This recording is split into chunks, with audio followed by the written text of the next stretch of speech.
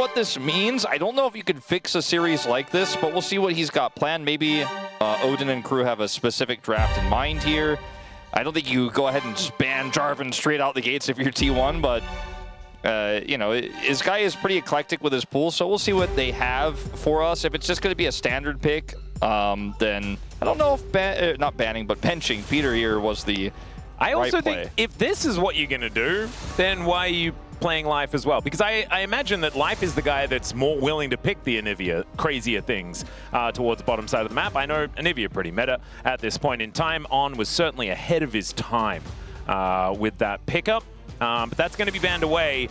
And the Rumble, the Rise, still going to be banned. That is something that has been happening over and over again if you are second pick. Makes a lot of sense because Bard and Nico are gone, so range supports are kind of at a premium in that bottom lane, as well as Rise was the premier mid laner that's left available. So if you're going to first pick Rise, you don't want Faker to have his hands on Anivia as a response, and you don't want Keria to have the ranged Anivia in the bottom lane if you're looking for a strong 2v2 there with like a Lulu, for example. So I think this is a really strong ban. The Varus also kind of makes me feel like they're looking for a bottom lane angle. Pantheon was left up, so just forget everything I just said, because I think Koshik is playing Pantheon. Yeah, I'm going to write it in. I don't think that there's any way that that one is given over. I'm wondering what T1 have planned for this. I imagine that they knew what was going on. They did ban the Ambessa, seeing the Renekton ban, right? Obviously, that means that you are sort of looking for an Ambessa angle. But it then just means that this Pantheon is very clean. Yeah, Seraphine and the Yunara lanes are very strong with the supports that are already fearlessly banned here. Set just going to look for an Annie pick, which has been rising up here in the LCK quite substantially. It feels like we finally have a new mid laner that's viable in meta and isn't just the same like 4 mid laners every series. I feel like Annie has been fringe for quite some time, but is certainly starting to become one of our mainstays as the Xin Zhao going to be picked up. Not exactly inspiring as far as the response is concerned, but it's owner, right? And he's pretty good at Xin. It's really easy to play Seraphine Ashe here as the side of DN Supers and then protect it in the second banning phase. You can also play Yunara Lulu here, and then also great. Like the Grand Starfall plus Wild Growth can be pretty decent engage. It looks like that might be what they're looking for. Well, T1 can't get the Ashe Seraphine response, so you could have taken either way. And this one is more common these days. The Ashe Seraphine has fallen off a little bit here in week 2. So let's see what they are going to grab here in response. If they want to get a range support, there's not that many left available. Grab it here, but then you don't get strong pairing. You can Jace at this point as well. And then ban away Yorick and stuff like that. And that one fan in the audience is going to be really sad. Yeah, he's going to be quite sad. Nor a similar situation. Okay.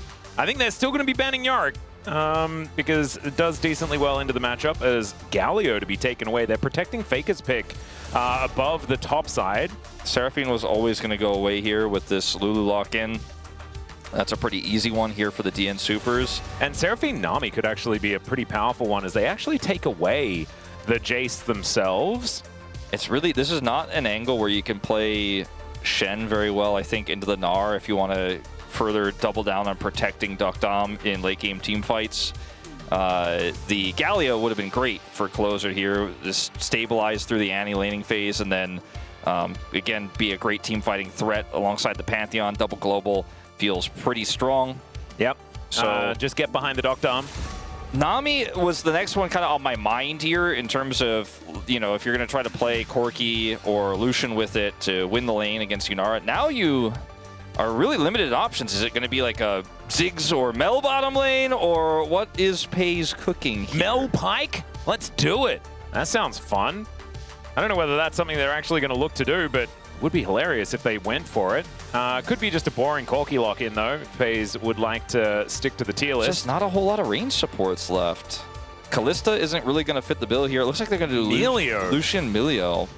How many times does T1 just give their, like, it feels like so many times when they have counter pick, they just end up with like, okay, the support and AD carry on the other side has been shown for a long time, and we're just going to eventually lock in the AD carry that we already knew. That's a Sylas top lane. Yeah, Sylas top lane into Gnar. Well, it could be mid. But they did buff the AP ratio on the Gnar ultimate. Which is very funny. Which is a Sylas buff. So we have actually seen this counter pick already work out here in the LCK as well.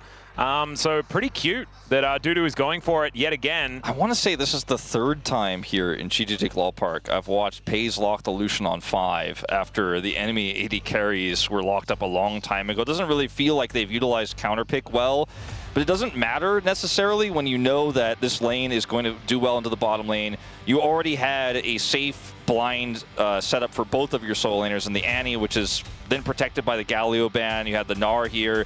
And Gnar is going to do well into Sylas in the laning phase. It would have struggled a little bit more into the Aurora, but then the Sylas is going to have problems into Annie, so it's a pick your poison situation. And I mean, we have seen Sylas win lane into Gnar when the Gnar makes mistakes, but generally speaking, because mini Gnar is ranged, can kind of, you know, just space him out and harass him. It's just team fights, though, where the Sylas ends up being stronger than the Gnar because he could steal away the Gnar ultimate. So I am call my interest peaked, I suppose, in this game. The Milio is incredibly high ceiling here for Pays and Keria. Like, it's going to give the Lucian extra range, it's going to give him a lot of extra burst, but it's so easy to get picked off into this comp here for the DN Supers. I like the draft more. Yeah, I do too. And it was Dudu, actually, that won the Sylas into Gnar matchup before. So let's see whether he can do it again.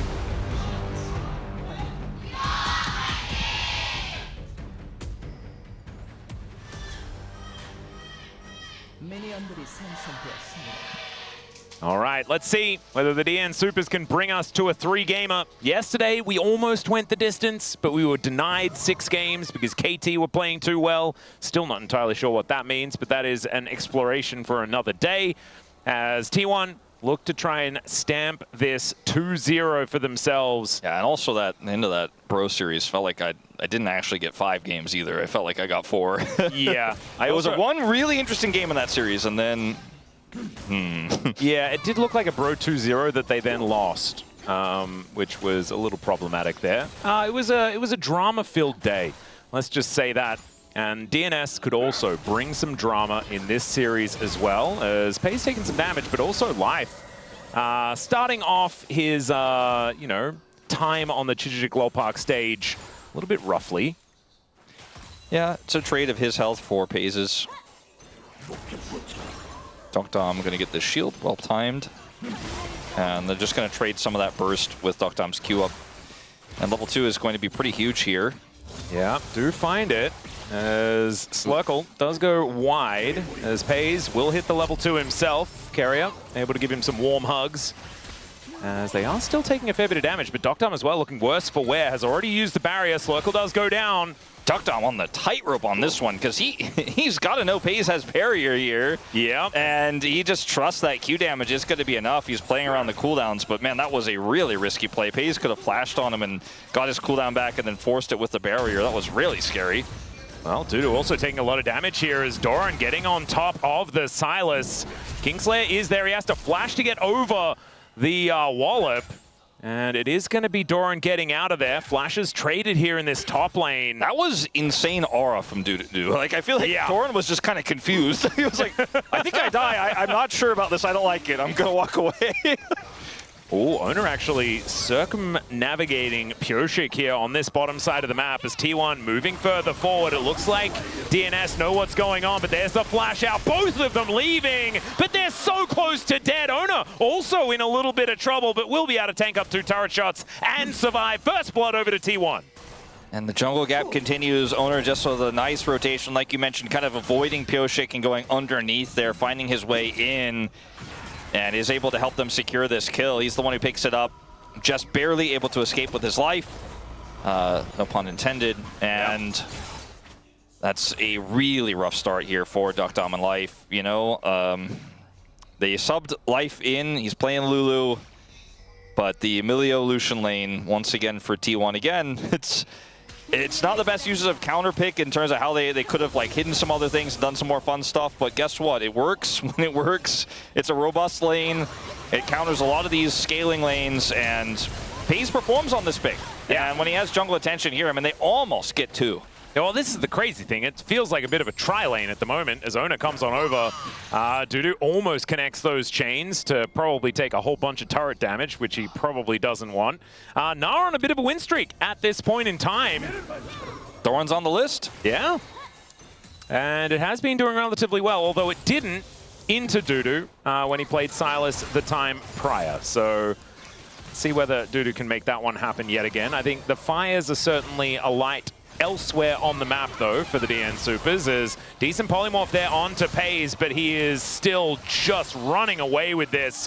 One more auto would have done it, and there is the flash forward. They do have the barrier, as Pays could have been baited, but is actually able to get himself out alive. Decent fire kick there onto Life in order to deny any follow-up, as T1, man, they are playing hyper-aggressive after that first blood. Yeah, looking really good here in this lane, and just further denying Duckdom farm here. This is really a very difficult situation now for Duckdom. The wave was in a terrible spot, which is why they were able to get those trades to lead to Duckdom's near death in the first place. He's going to be able to get most of this, though, with some help from Life, so that CS deficit actually kind of evening up a little bit here now. He's just about a wave behind. Yeah, it's not too bad. And they did at least mitigate some of that pretty terrible lane state that you were talking about before. As level 6 is hit for our mid laners. Pioshik is on a ward, so not really much he can accomplish here unless a mistake is made. Yeah, Pays doesn't have flash, as now Dudu finds the ulti onto Dora, and he's charging up that Mega Gnar, though. This health bar is even bigger than it already looks, and Dudu was looking worse for wear as Ona walks over this control ward. We'll be heading up towards the Grump to try and challenge Pioshik here, but does walk back just to clear out this vision. The tri-lane continues. Oh, yeah. And unfortunately, Pioshik can't really punish, even though he had vision there. So both junglers just walking over control wards. As this has also been a bit of a streak here. Yeah. Tibbers took a little bit of a timeout, as we saw, but is back in the action one more time. As Faker just throwing some autos around. Bears hibernate. Oh dear, that's the 50 gold going over to Closer. Yeah, not the right time of year for it, but... Yeah. All right, well, should be Tibbers coming back relatively soon. I think was just trying to soften up Closer, make sure that he doesn't get all-in or anything like that, as Ona moving over. And Closer, you can see these trades working out for Faker with the electrocute on this Annie. Some of this game has felt for DNS that they're hanging by a thread in these lanes, right? I mean, Life and Duckdom both basically should have died once extra more than they did. They were down to, you know, sub 50 health. They both survived those additional exchanges, Life dying the first time, of course, but this has been a dominant bottom lane. Mid lane is looking great for Faker, and Dudu had that aggressive play to trade flashes, but has since, you know, not been able to push the advantage any further. And you could just see from this early game alone, a big lead has been generated across the rift here for T1 without any real big team fight happening. Yeah. It's certainly working out pretty well. However, I do like what DNS have in like mid to late game fights and things like this. T1's certainly a lot more mid game focused with this composition. So I do think that there is, you know, still some game to be played, but the tempo vibes, Wolf, certainly feeling pretty T1 favored, and that is going to continue as Dudu dashes away, but will probably need to flash if he actually wants to escape. Does find the Crescent Guard, though, as he flashes out of the way of the Gnar ultimate. Now Pioshik finds Faker as there is Closer going between the worlds. A lot of value with this ulti as now Ona has to flash away as well. And Closer picks it up off the back end to even out the kill score. Massive there from Closer, gets the Q2 to finish off Owner with the execute. Pays knows junglers are topside, wants to make an all-in happen here with his ult advantage. Oh dear. The polymorph value is real. Oh yeah. And so he is going to be fine, Duckdom that is. We'll hit level 6 in just a moment. Still, I wouldn't call him safe per se, but we do see Pioshik, it does have ult. In fact, Pays might be baited here a little bit. Yeah, Duckdom is going to dash on forward. There's the ulti in from Pioshik, who flashes on in, but the cleanse is going to be there as Carrier had hit level 6. Still, they're just looking to kill Emilio, and they will be able to do so as now the Arc of Ruin comes in. The flash has to be used, and the spear just barely. Man, you just need to do like 3 extra push-ups yesterday. Oh, my goodness. Oh, man, very close. Had a lot of near misses and near deaths in the bottom lane. DNS picking up a gold lead after these exchanges, though. Yeah. And that's pretty massive for them because, like you said, there's a lot of scaling elements in this draft. Now, there's still a big deficit in the bottom lane. Now, what I really like about this fight here is how Dudu plays this Crescent Guard, slows this down, right? Pyosik could have ulted in, but they know Faker has prio, and he just pops Crescent Guard to buy a little bit of extra space, then goes over the wall, and they turn this into a fight on the opposite side of the pit, where this becomes really tricky for T1 to actually fight out now. And Faker is just like, all right, well, we don't want any more of this, and Closer gets the snipe. That could have been a disaster. Instead, they turn it into a big win, and then Pays and Keria overextend here. The Pantheon did not ult in that last fight. Perhaps they did not account for the fact that Pyosik could rotate down this quickly. He's got so much damage.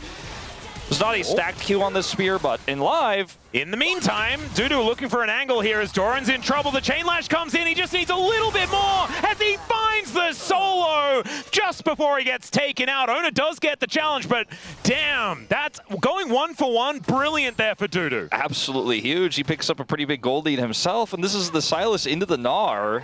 It's what Dudu has kind of made a thing right here in the LCK. Do you remember who he beat last time? You mentioned he was the one who won last time. I actually didn't know. I can't remember. Okay. I know that he won. That's about it. That's the extent of my knowledge. As Closer looking for a bit of an angle here as Faker unable to find the Incinerate.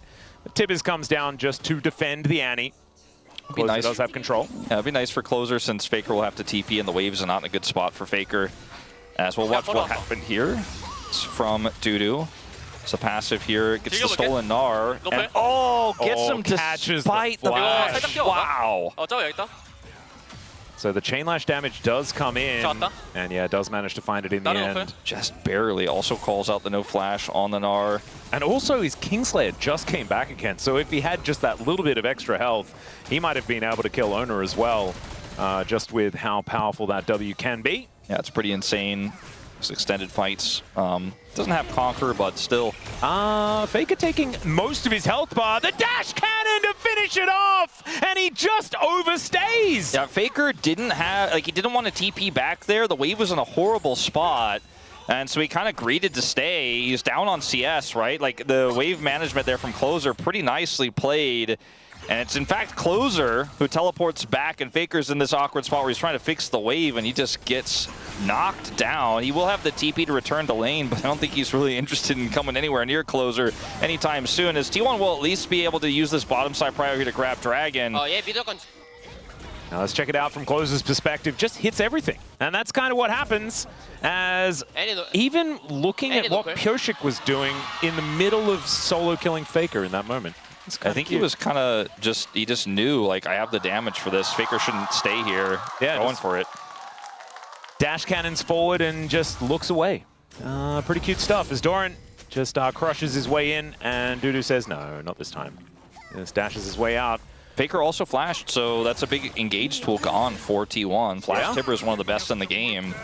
And they don't have to worry about Drake. Of course, they were able to take that in the interim. But this bottom lane has kind of been repaired based on that gank from earlier out of Pyosik. So DNS certainly back on the front foot. We were talking about the tempo vibes being against them. Well, they have pretty aggressively reclaimed them here in this game. We'll see whether T1 can respond as Kraken Slayer now completed here for the Inara. Doctarm will certainly be a big threat here in this game as Ona looking for the win becomes lightning onto life. Doesn't quite get there as T1 will be able to move past this turret and zone away the DNS bottom lane. The problem with all these cool flashy plays for DNS is that their main carry, he just can't get the money. He's not farming. He's 30 CS down. He's zoned off the turret. So it looks good in some areas, but Pyosik? Okay, does get stunned as Closer goes in, but still, Faker taking a lot of damage. The flash forward to get the stun as Pyosik locks down another one as Faker will go down yet again. Meanwhile, fight towards his bottom side as Pays gets polymorph, but he just waits it out. This damage from this Essence Reaver out of this Lucian, just kind of absurd. With Milio's help, you just kind of get constantly chunked down if you're the Inara in this situation. Oh, there's the Gnar back from Dudu. This play looking really cute. Not quite able to finish him off, but that is a lot of damage. Both of those plays, like, he is able to get the kill in the mid lane onto Faker, and then, okay, Pioshik's back. Yeah, Pioshik making his way in. There's the wild growth as the flash comes out from Carrier. Really nice one as Doctom getting on in there. Finds the Arc of Ruin onto both of them. As now DNS looking to try and chase them down. Pays will be able to get back towards the turret, but is he safe? That's the question. Man, needed to do those push-ups. Did Pioshik, as he cannot quite find the length on that spear. Still, it's going to be such a big win here for Doctom, who can push the Lucian away here and maybe grab some plate gold. Pays is actually going to stay. It's relatively healthy here, in fact, on this Lucian after giving a few moments time. But, like, the plays we're seeing from DNS are just wins, micro wins everywhere outside of Doctom in the CS. Like, whether it's closer chunking Faker down, right? And then Pioshik actually goes for the kill there, which was pretty surprising to me, but he knows he has the damage there. He is Pantheon after all.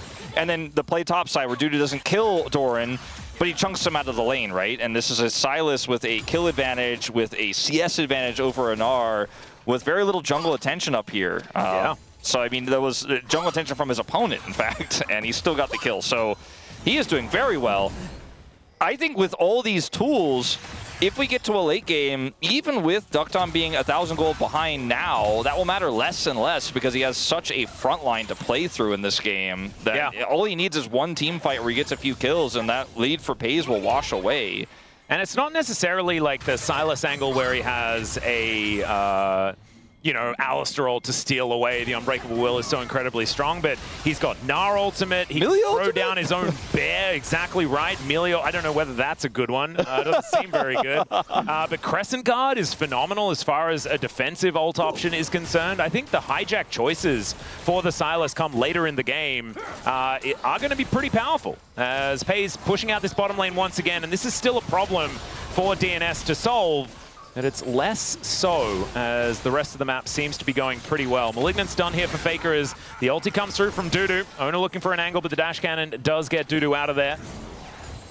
And he's just happy to absorb this pressure. Pioshik moves down towards the bottom side, does get seen on control vision, but you can see the bottom lane just going to be rotating towards closer. Pays wanted to get rid of this Aurora, who does just bounce through her ultimate. Ooh, Faker, he does have his ult, but he cannot stay. Yeah, there's the stun coming down as Doctom looking to finish off this Annie. He will be able to do so. Tibbers gets angry, but isn't going to be able to do anything about this as the 50 gold goes over to Pioshik this time. Doctom's like, all right, you didn't give me the kill. You could have at least given me Tibbers. Come on. Faker not having a great game here. Did have a really nice performance on the Orianna, but the Annie has been targeted here by the DN Supers so far, and plate gold going over to Doctom. I mean, it turns out putting the Sylas in the top lane and putting the Aurora in mid was absolutely the call for DNS. Oh, yeah. As Doran does have Mega coming up, doesn't quite find the wall up. There's the ulti as they both just throw each other into the same wall. And Pioshik turns up exactly when he needs to finish off the Gnar. Flash out from Dudu to keep him safe. And this Sylas is really starting to become a big, big problem. I just think that I thought we learned, like, is it just me? I seem like my read was that Pantheon was pretty good. Yeah. I think we're not supposed to give that to the other teams. That is first something pick that everyone has been attempting to learn throughout this week. I'm looking at the 4-0 and 1, and I'm like, this is not the first time. Like, I'm not surprised, and I want to give Pioshik credit. You know, he had a rough game one, but he's really turned it around here. But and I love Pioshik. He's one of my favorite players, but it's kind of a Pantheon issue. You know? Yeah. It's not like Pioshik is like some sick Pantheon we didn't know about. This isn't really surprising or new information. He's just at the right place at the right time. He's a world-class, world champion jungler, and he's just able to make impacts everywhere. And DNS are playing aggressive, and he is just helping finish off so many of these critical kills. And now DNS have such a lead that the Signara deficit means very little to me. I really think that it's going to not matter all too much unless Pays can get some insane picks here in the mid game where he is at his strongest. He is on 2 items now, does have his Flicker Blade at the ready. Yep. I mean, the thing is, Doctom is just going to scale better than Pays naturally as a champion, right? So they don't even really need to worry too much about it, as Life is also there to augment this damage from the Yunara. Carry a similar situation here alongside Pays, but I think we're going to need to see some team fights and what it's going to look like from T1 and how they're going to be able to navigate it to see how this game is going to go. As the Rift Herald does come down in this mid lane, should be able to get a charge in order to take out this turret. Shelly will be able to do that. So that is a second turret going over to T1. Yeah, kind of putting bit of a hole in the gold lead here for DNS. Yep. As Owner is playing very aggressively here with Faker's backup, but Faker is just not strong right now. Yeah, Closer is actually going to be able to tag Faker as well, as he will be put down very, very low.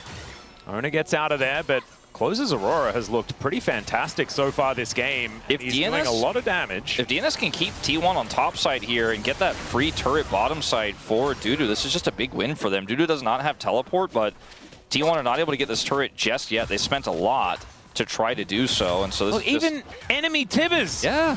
Oh my goodness, tanking up the turret to make sure that he will have a huge wave to stack up towards this inner as well. Faker will be able to get that cannon, which is going to be fantastic, but does demand some attention.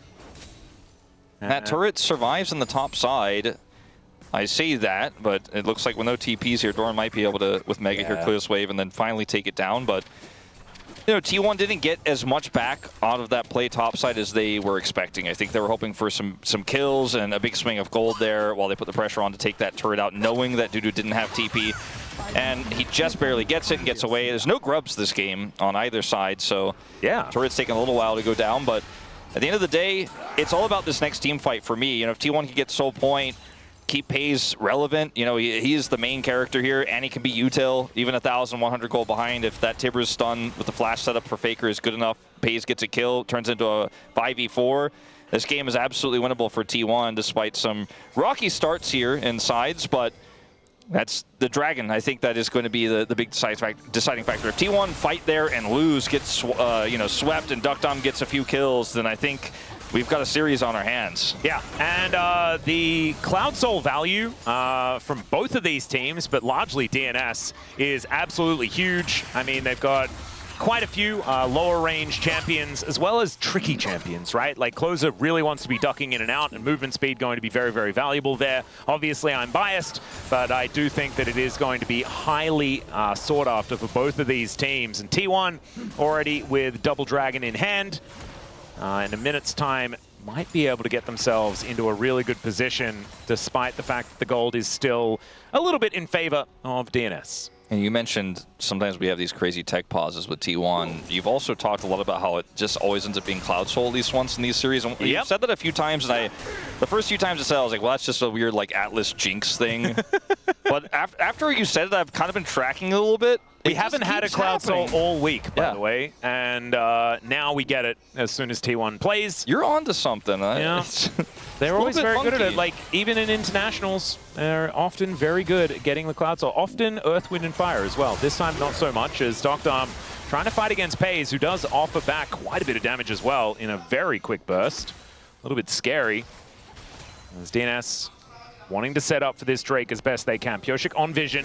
I mean, it's an ardent sensor here for life. Like, they know that Duckdom is just going to be pumping damage despite the deficit in these fights because they have such great setup for him, such great front line. He's got Wild Growth. He's got both his summoners available for this next fight. DNS are ready to go for it. Well, Pioshik going in. They're looking for the angle towards Pays, who throws down the culling, and in goes Closer. I'm not sure about that one. Bounces out immediately as there's the gnaw from Doran. Finds the angle as Closer will be taken down. Pioshik out of the fight as well as Owner picks up the double, and he's continuing to dash forward. A decent polymorph there from Life, but Owner will not have it still. He does go down, but he takes the Yunara with him. And Dudu's fed, but I don't think he's fed enough. It's Pays that takes him down, and it only costs them one jungler. Doran just kind of flipping the equation on Better Gnar in this team fight. The OG is the one who makes the big impact. And this is a really, really rough, and that's putting it nicely, engage here from Closer.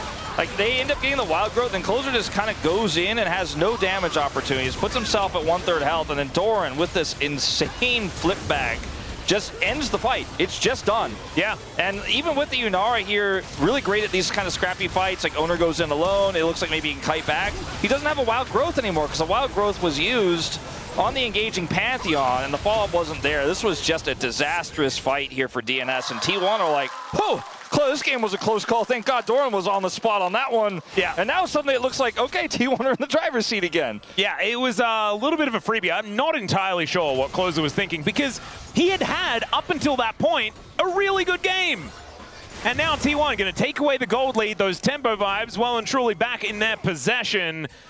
And The DN Supers going to need to go back to the drawing board. I still think that they're capable of winning team fights. They just need to play it a little bit differently to what we just saw. It could have just been as bad as closer dies and the dragon goes over, but because of Doran's play, they got so much more. It's a huge swing of gold, and it looks like they might even be able to get this inner here. Pays is walking the tightrope on it. Yeah, in goes Duda, though, looking for a bit of an angle, but he just gets blown up before he can do anything at all. The knockback onto the Pantheon as well, and now Doctum unable to do anything. T1, I think, have just won the game. The wallop comes through, down goes closer, and blink and you'll miss it as the game is just kind of over. I don't even know if it was flashed by Pays or what. It looked like Pioshik went in and the Wild Growth just missed. Like, he straight up missed. And it might have been Melio. Yeah, it could have been. It was very messy, and that's just the game. Okay, well, good try, DNS. It felt like this game was like really kind of teetering and close, and we were heading towards 30 minutes, and now it's just done. T1 with a 2-0 over the DN Supers. As the DN Supers, they were in such a good spot before Let's see this Wild Growth here. Because Pioshik got it, but... Yeah, he just wasn't able to be CC'd at that moment. Melio value pretty high.